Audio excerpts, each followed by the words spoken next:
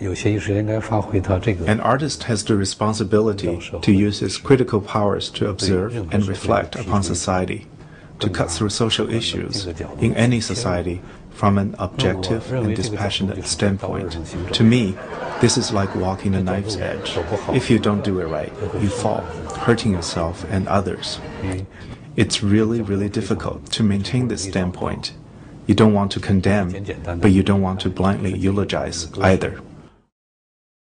I hope that Bostonians from all walks of life can relate to this painting. I think that society and art should be like breathing. One breathes in and the other breathes out, creating a kind of interconnectedness between them.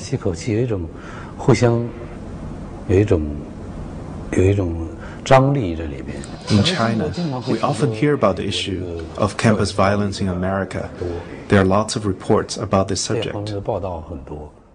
When I first conceived of this project about campus violence, I wanted to do something very provocative.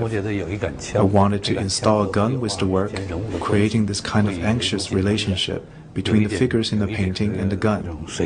I wanted there to be an ambiguity, as if to say, who actually pulled the trigger?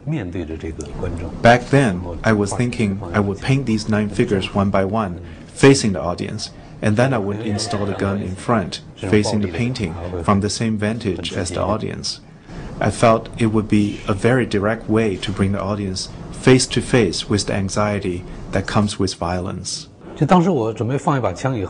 After learning of my project proposal and the idea to install the gun, the museum invited a group of students to discuss my project.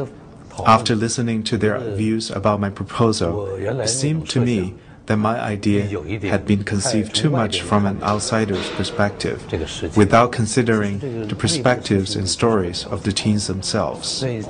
I feared that the project might seem to dwell too much on obvious symbols instead of the realities of these students.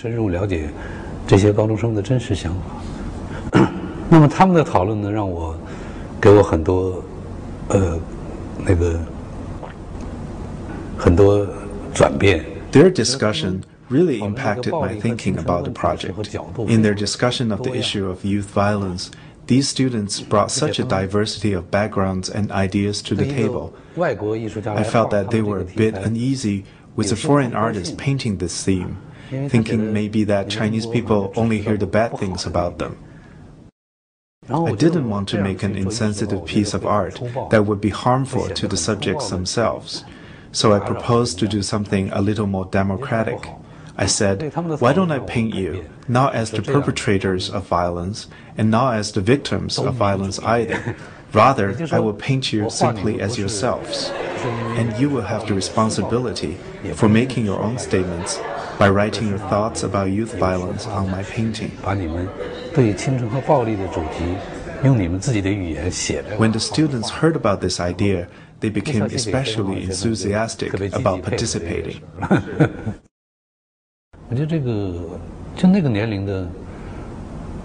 I think teenagers have a particularly sharp eye for the world. Their ideas are already on the right track. Growing older is merely a process of refining those ideas. But at that age, they already know the basic truth of the world.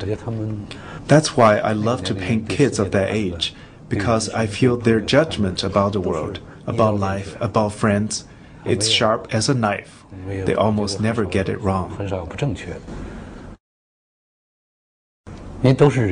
Of course, we are all human, and I have been at the stage where these teenagers are at right now.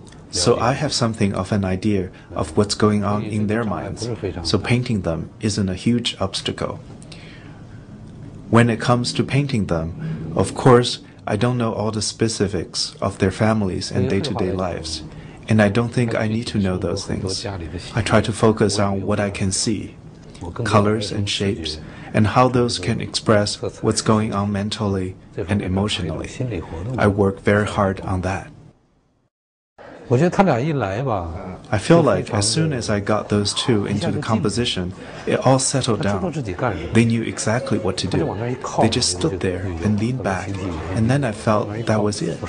Their body language said it all. They just leaned back and I said, right on. Using these two as my basis, I was able to lay out the other kids, step back and take a look, make small adjustments, all because these two had set the tone and brought composure to the painting. This one here, he's watching and waiting, but there's a sense of loneliness in that. At the time, I asked them to write their names down right next to my sketches. I was trying to read their personalities from their handwriting. The way they wrote, whether it was strong or weak, it's kind of an outlet for the personality. Maybe this one's more introverted, or that one more extroverted. I was able to tell. So I arranged where the statements would go, with the finer, more careful writing, the introverted ones, written at the bottom. And the further up and out you go from there, the bolder the writing becomes. And in the end, it takes the shape of an explosion. So according to their handwriting, I arranged where they would write on the painting. This person writing on this part, and that person on that. This one writing more forcefully, and that one more gently. This writing in a wild hand, and that writing very carefully. I had a basic plan for all of this. I wanted their statements to be pointed, rather personal. I don't want them to hold back. Because I think this painting, and especially their opinions and statements, may be able to reflect the feelings of a lot of people. Growing up in such a peaceful time, when the civic environment appears so wonderful, and there are flowers and parks everywhere, and the campus is beautiful, but still there is this violence. It's unavoidable, and these horrible things still take place.